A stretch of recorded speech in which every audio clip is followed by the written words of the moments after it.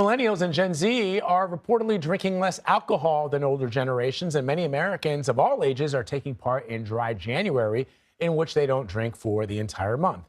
A new article in the New York Times takes us on a tour of a few so-called sober curious bars where people who don't drink are meeting up for a booze-free social experience. The author of that piece, Shane ONeill, joins us now. He is the senior video editor and reporter for the New York Times style section. Hey, Shane. Hi, how are y'all doing? Good. Great. This is such an interesting piece, and I'm going to be I'm a Gen Xer, even though my sister always tells me, okay, boomer. I'm not a boomer, I'm a Gen Xer, but I'm going to be that Gen X guy who says the premise of this piece is really fascinating.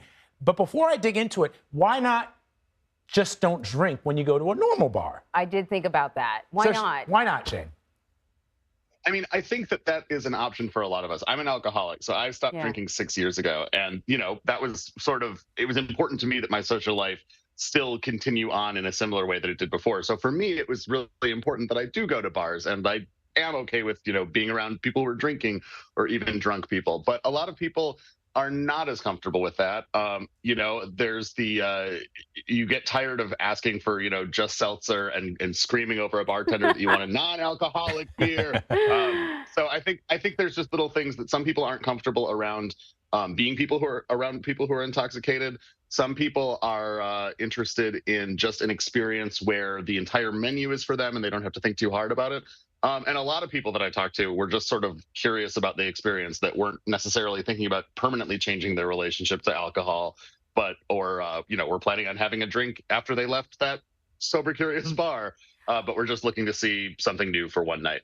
So I enjoyed your article immensely. And in the article, people should know he takes a long weekend and he just kind of goes bar hopping at bars for the sober curious, which is, we talk about Dry January, but this is more than just January. This is like your lifestyle. It's a lifestyle. And I think what's also very interesting about it is it kind of reminds me of people that are like vegan for like a day or whatever, that you can be curious for a weekend, but it doesn't mean you don't drink ever necessarily. Right. You know what I mean? Like it's not a hard and fast sort of definition. But you write that you miss, among other things, the seedy splendor of a dive. And I totally get that. Me too. That the unexpectedness of opening up this door that's like covered in graffiti and you don't know what's in there and who you're going to meet. So can we talk a little bit? There are two things that struck me. Boy, the people that you met were really, really interesting, but it also seemed like people wrapped up things really early. Like it was an early night when it didn't need to be, because there's no last call in a bar that doesn't have alcohol. True. So can we talk about the people that you met and why they decided to be sober curious? And was it as early of a night as it seemed, as it came across in the article? The reasons for people not drinking were really varied. One of the most striking ones was at Hecate, which was a bar on the Lower East Side, or the East Village in New York City. One woman was like, I'm sober curious, I'm trying Dry January, and she was there with a friend of hers who was a practicing Mormon.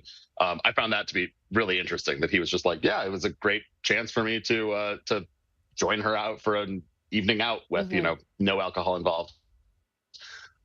Some people were just looking to take a night off. I talked to a lot of people who had given up drinking, a lot of people like myself who had a bad relationship with alcohol and were looking for social alternatives.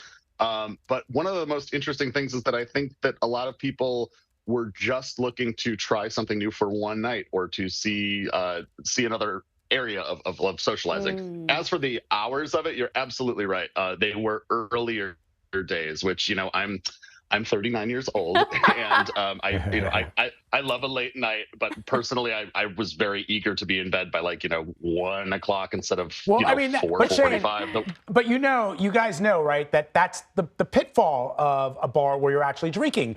You go in and you say, I'm only having one, and I'm leaving by 9 o'clock, and then And then it's a blur. Right. And so I can totally see why, after you've had a couple of what are essentially just drinks without any booze in them. And good conversation. You're like, all right, I set my curfew at 10 p.m. I'm going home at 10 p.m. But, Shane, one of the things that I also thought in reading your piece is, I don't know if you are familiar, and I think I was telling you about this, Anne-Marie. There are a couple of new shops in New York City. One is called Boisson, which I didn't realize that there are companies now that make completely non-alcoholic like liquors, like in other words, non-alcoholic rum, non-alcoholic wine, and we've all known beer for years, but like non-alcoholic vodka and tequila, right? And I made a drink for Gayle King on CBS Mornings with non-alcoholic rum because Gayle doesn't drink either, and she loved it. So the question is, we know that there are companies who are making non-alcoholic drinks, but are the alcohol companies themselves, the big ones, the Diageos, and are they getting in on this now as well? I mean, Budweiser has a 0% alcohol. Heineken has a 0% alcohol beer. So, like you said, it's coming to beer. As for the larger liquor companies, I'm not super certain. And also, frankly, at this point, it's been so long since I've had actual alcohol that I would ask an expert to confirm things for me. I will say one of the biggest surprises that I had on this voyage I went, this like bar hop, was being handed a glass of non-alcoholic rosé champagne. Ooh. And from my memory of what champagne tasted like, I was like, this is a pretty good facsimile of what I think, of what I recall alcohol tasting like. So I think that I'm not sure how big the shift is in the industry, but there's more options than ever. And I think that there's more of an appetite for the sort of what I think of as the Pavlovian response, that when you drink something that is not sweet, something that has a bite and is bitter, it sends a response to my brain that says, like, this is adult time, this is fun time, without, in a way that you kind of don't get when you're just having, a Shirley Temple, which I also love. Yes, that is very true, that there are all these other associations with holding that stem, right? Yes. That are associated with having a good time. But to that point, this is kind of a serious question. If you say that you're a recovering alcoholic, is there a danger that in putting a non-alcoholic beer in front of somebody who used to enjoy beer with alcohol, like the taste or the champagne triggers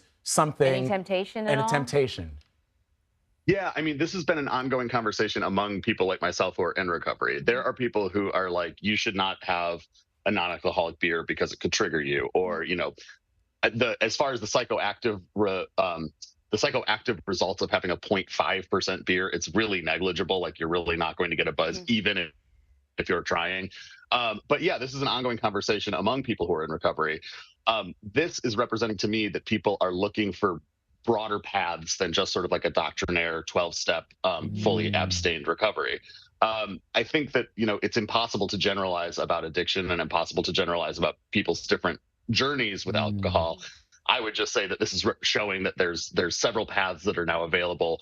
And but yes, for some people, I'm sure even being in a bar-like environment would be too much for them. Even having the flavor of a non-alcoholic beer would be something that could be unhealthy for them. But I think there's also a lot of people for whom that's not necessarily true. And more than that, I think there's a lot of people who are interested in exploring their relationships to alcohol in a variety of ways that include some of these drinks. Right. I think that's a good point to make, that when we talk about sober curious, we're not talking about per se an alternative for people who are dealing with or in recovery. What makes this really, really interesting is it's people who never had really an issue with alcohol. They're just saying, I can still have a good night out without it. Yeah. Shane ONeill. Yes, and I think also. Go ahead. Sorry, I was just going to say also the concept of a sober bar isn't necessarily new. I think the concept of a sober curious bar is. I remember when I was in college, there was a place called the Camel Club in St. Paul, Minnesota, and it was meant for people who were in recovery to like go and chain smoke cigarettes and drink coffee and soda and have a bar experience without alcohol. This is the new the new bent to it, as far as I can see, is that this idea of being sober curious or just being open to not drinking without having like a hard line one way or the other about recovery. Yeah, it's cool. Shane ONeill, like I said, I really enjoyed your article. Yeah, really Thank you good. so much. Thanks, Shane. Thanks for having me.